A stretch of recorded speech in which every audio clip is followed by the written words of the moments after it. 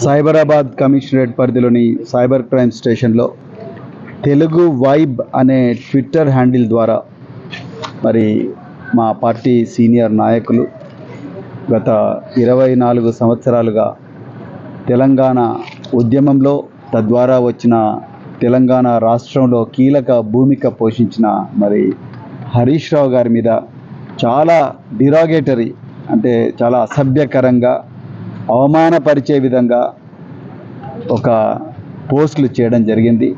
దీన్ని వెనుక అంతా కూడా కాంగ్రెస్ సోషల్ మీడియా సెల్ వాళ్ళ కుట్ర ఉందనేది చాలా క్లియర్గా మాకు అర్థమవుతా ఉన్నది. అదే అనుమానంతో ఈరోజు సైబరాబాద్ సైబర్ క్రైమ్ స్టేషన్లో ఈరోజు కంప్లైంట్ ఇవ్వడం జరిగింది.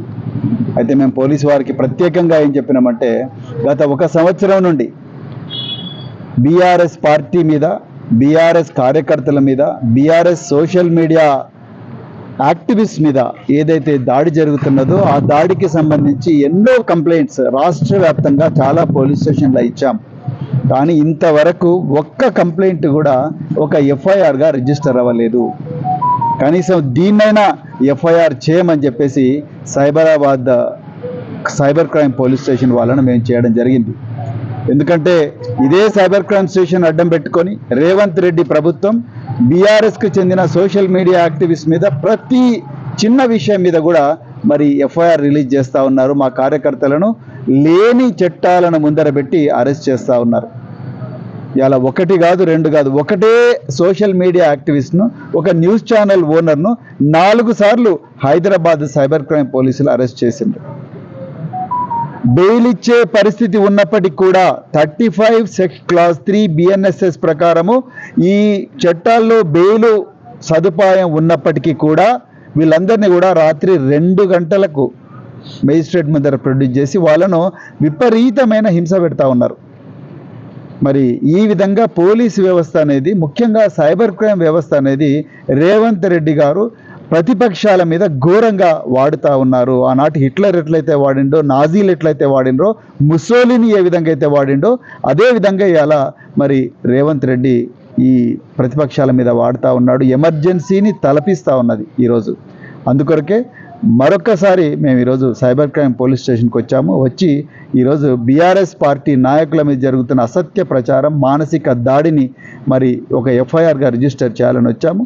మరి వాళ్ళ ఆఫీసర్లు కాన్ఫరెన్స్లో ఉన్నాయని చెప్పిండ్రు. మరి వాళ్ళ ఆఫీసర్లు డిస్కస్ చేసి తప్పకుండా తగు చర్యలు తీసుకుంటామని చెప్పేసి వాళ్ళు హామీ ఇచ్చిండ్రు. మరి రేపు 11 గంటలకు మాకు ఏ విషయం చెప్తామన్నారు.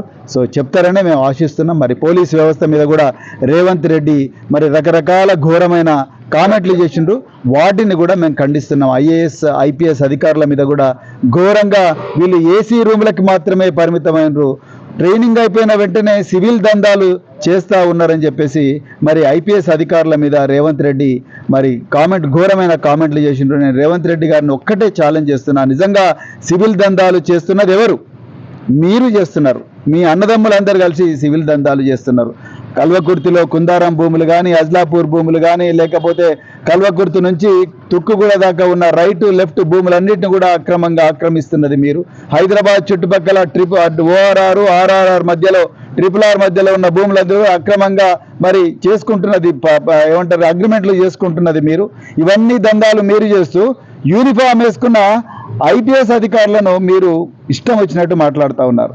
మన కేటీఆర్ గారు సిరిసిల్లలో వాళ్ళ కలెక్టరు, నువ్వు బీఆర్ఎస్ పార్టీ నాయకుడు అయితే నువ్వు కాంగ్రెస్లో ఏరితేనే మంచిగా ఉంటుందని అన్నారని చెప్పేసి ఆయన ఒక కామెంట్ చేస్తే IPS association, IAS association KTR గారి వ్యాఖ్యలను ఖండించారు. మరి అలా నేను అడుగుతా ఉన్నా, ఇదే IAS అసోసియేషన్, అదే IPS అసోసియేషన్, మీరు ముఖ్యమంత్రి గారి వ్యాఖ్యలను ఖండించగలరా?